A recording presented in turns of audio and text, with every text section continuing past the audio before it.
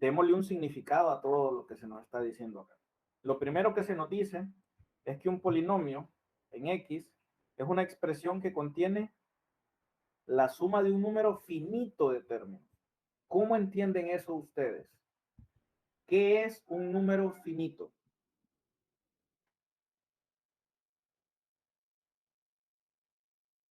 Que tiene límite. Muy bien. Las tres primeras letras es la clave, va, fin. De ahí viene finito. Ya tiene fin. Es lo contrario de infinito. Algo que no tiene fin. Ahora, a veces uno se confunde con esto, ¿verdad? Cree que por ser finito es pequeño. No. Lo único que estamos garantizando es que tiene principio y tiene fin. Pero puede tener 1.000.000 de términos, ¿verdad? Y eso es finito. ¿Sí? Lo importante es que tenga fin. Usted empieza a contar desde 1 hasta 1.000.000, tarde o temprano va a llegar. Quizá tarde, ¿va? Pero de que tiene fin, tiene fin. Ok. ¿Qué forma tienen esos términos? A multiplicado por X elevado a la N.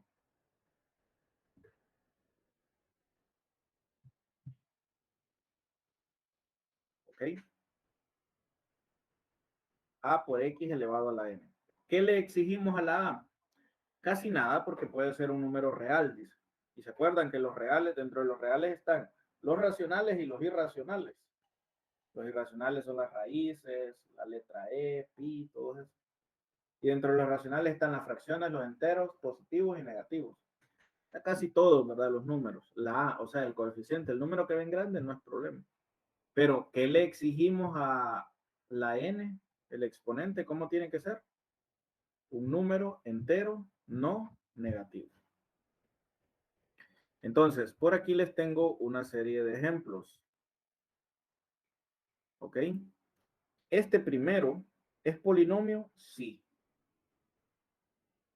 ¿Ok?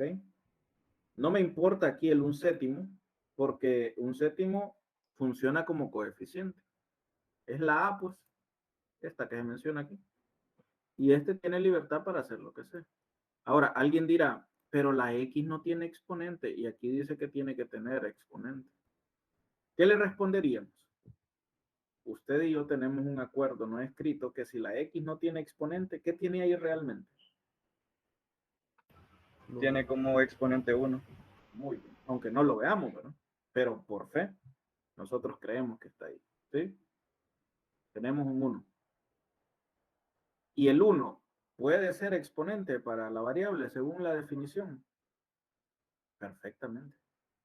¿Es 1 un número entero no negativo? Sí. Entonces lo puede ser. No hay ningún problema. Ajá, ese es el primer término. Y luego el 9, alguien dirá, pero el 9 sí que no tiene esta forma. El 9 solo es la A y el X a la N no aparece. Bueno, y si la variable no aparece, ¿por qué será? Cuando la variable no aparece es porque el exponente es 0. O sea, ¿están ustedes de acuerdo que tener 9 es lo mismo que 9x a la 0? Porque ¿cuánto es x a la 0? 1. 1. Y 9 por 1 es 9. O sea, tener el 9 es equivalente. Lo que pasa es que no lo ponemos. O sea, otra vez un acuerdo no escrito de que aquí tenemos x elevado a la 0. ¿Sí? Nadie le va a colocar eso, solo yo ahorita para con fines educativos, ¿no? Pero en la práctica nadie pone 1/7 de x más 9x a la 0. Y pregunta, ¿el 0 puede ir como exponente? Perfectamente, porque aquí dice cualquier número entero no negativo. O sea, no dice positivo, sino que dice no negativo. Hay una gran diferencia. El 0 no es positivo. ¿Sí? El 0 es neutro. Pero como aquí lo tenemos no negativo, entonces ahí sí entra. Yo le hice un arreglo, si ustedes lo van a ver en el libro les dice positivo, pero es que la definición del libro no está buena. No es precisa en ese sentido. Es mejor decir no negativo a decir un número entero positivo. ¿Sí? Que si no, el 9 no cabría dentro de la definición ahí. Entonces, es por esa razón que este sí es un polinomio. Pero este no, miren. ¿Cuál es el problema de este? El exponente. ¿Es un medio un número entero? No, es un número racional. ¿Es positivo? Sí, pero no. Perdón, ¿es no negativo? Sí, pero eso no me interesa, porque no es entero. Entonces, desde ahí, miren, cortado. Ajá, y en este otro caso, ¿por qué este no es un número, porque no es un polinomio, mejor dicho, esta expresión? Ciertamente no lo es por el 4, porque ya hemos explicado que en el caso del 9 cumple la característica de este término. Por cierto, no se los mencioné, los términos están separados por un signo más o un signo menos. Claro, aquí arriba usted leyó suma, pero funciona también con la resta. Acuérdese, ¿qué hacemos para restar? Pues? ¿Acaso no toda resta la terminamos convirtiendo en una suma? ¿Se acuerdan? ¿Sí? Para restar dos números al primero se le suma el opuesto del segundo, se le suma. Entonces, por eso lo que ahí dice sobre la suma le aplica a la resta. Entonces, por un signo más aquí o por un signo menos. Eso es lo que lo divide, ¿verdad? En ese sentido. ¿Ok?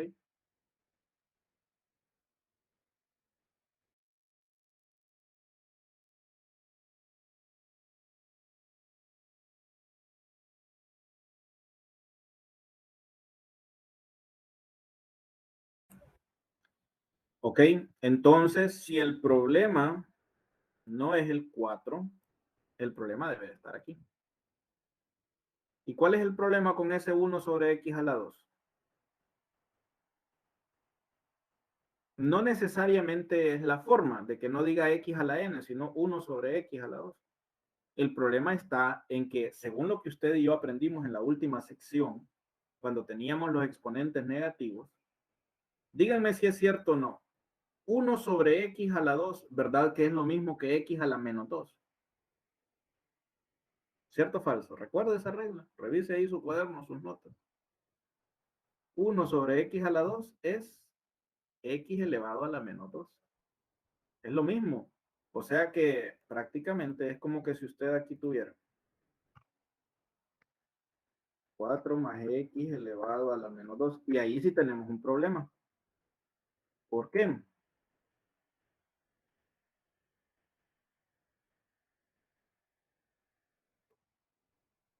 Por el exponente. ¿Es un entero? Sí. ¿Pero con qué es con lo que no cumple? Que no puede ser un número negativo. Observen que el problema no es tanto que aparezca en el denominador, porque si esto fuese así, entonces al convertirlo aquí, al pasarlo arriba, me quedaría positivo y ahí ya no tendríamos problema. Ahí sí sería polinomio. Pero como este estaba así, cuando se pasa para arriba, resulta que el exponente queda negativo. Entonces, por esa razón no es polinomio. En resumidas cuentas, el polinomio tendrá una cantidad finita de términos y estos tendrán como exponente un número entero no negativo, ¿verdad? O un equivalente que sea un número entero no negativo. Solamente decirles, antes de pasar a sumar y a restar, que hay una clasificación de los polinomios. Se les pone nombres especiales. Y hay dos tipos de clasificación. Se pueden clasificar por su exponente, pero también por la cantidad de términos. Si un polinomio solo tiene un término, se llama monomio. El prefijo mono en español significa uno. ¿Sí? Si tiene dos términos, binomio. Si tiene tres, trinomio. Si tiene cuatro, no le vaya a decir cuatrinomio. De ahí para adelante ya no tienen nombres especiales.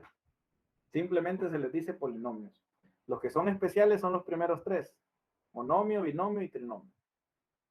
Lo mismo con los exponentes. Si el exponente más grande que una variable tiene en el polinomio es 1, entonces ese polinomio se llama lineal. Así como este que nosotros tenemos. Ahí con la flechita verde. Es un polinomio lineal. Si el exponente más grande que tienen es 2, se llama cuadrático. Y si el exponente más grande que tiene es 3, entonces se llama cúbico. De ahí para adelante ya no se les dice un nombre especial, sino que si tiene una variable exponente 8, por ejemplo, se dice que el polinomio es de grado 8. O si la variable más grande es un exponente 5, se dice que es de grado 5. Pero ya no se le da un nombre especial como lineal, cuadrático o cúbico. Solo los primeros tres. Ahora bien, ¿cómo se suman los polinomios? Esto sí que es sumamente sencillo. Ahí está la receta. Para sumar polinomios, reducimos los términos semejantes de los polinomios. Se dan cuenta que aquí yo tengo los polinomios dentro de paréntesis. Estas instrucciones, en pocas palabras, lo que me dicen es, ¿sabe qué? Tómese la libertad de quitar los paréntesis. No sirve para nada tenerlos ahí. Usted quítelos. ¿Se fijan en la segunda línea lo que yo hice? Ya no se los puse. ¿Y qué hacemos ahora? Reducimos términos semejantes. ¿Cuándo dos o más términos son semejantes? Escúchelo bien. Cuando tiene la misma variable elevada a el mismo exponente. ¿Ok? Como nos enseñaron en la escuela, sumamos manzanas con manzanas, uvas con uvas, peras con peras y así por el estilo. ¿Sí? Entonces, aquí, si ustedes se fijan, hay algunos pares de términos semejantes. Por ejemplo, este 4x a la 2 es semejante con este 3x a la 2. ¿Y qué hacemos entonces? Combinarlos. ¿Cuánto es 4x a la 2 más 3x a la 2? 7x a la 2. Lo escribimos. Luego, otro par de términos semejantes, menos 5x más 6x. ¿Qué hacemos? Los combinamos. ¿Cuánto es menos 5x más 6x? Bueno, como este es negativo y este positivo, menos 5 más 6 me da como resultado 1. Así que simplemente ponemos más x. Entienden que no ponemos el 1, ¿verdad? No ponemos 1x, estaría de más. Ya nosotros tenemos un acuerdo en ese sentido. Si el coeficiente es 1, no lo colocamos, solo la variable. Finalmente, estos dos también son semejantes, el 7 y el menos 10. Y usted dirá, pero ¿y dónde está la variable con el mismo exponente? A ver, que no se le olvide, hemos platicado que si esos números están solos, es porque ambos tienen x a la 0, ¿verdad? ¿Sí? Entonces, tienen la misma variable con el mismo exponente. Lo único es que no la vemos, pero con los ojos de la fe sí, ¿verdad? Nosotros nos imaginamos que están ahí, ¿ok? Entonces, es por eso que también los reducimos. ¿Cuánto es positivo 7 menos 10? Estarán de acuerdo ustedes en que es menos 3. Y entonces ahí tiene la suma de estos dos polinomios. Si la operación es resta, ahí sí la cosa cambia un poquito. ¿Por qué? Porque ¿qué hacemos para restar polinomios? Aquí usamos la propiedad distributiva para eliminar los paréntesis. Es decir, en pocas palabras,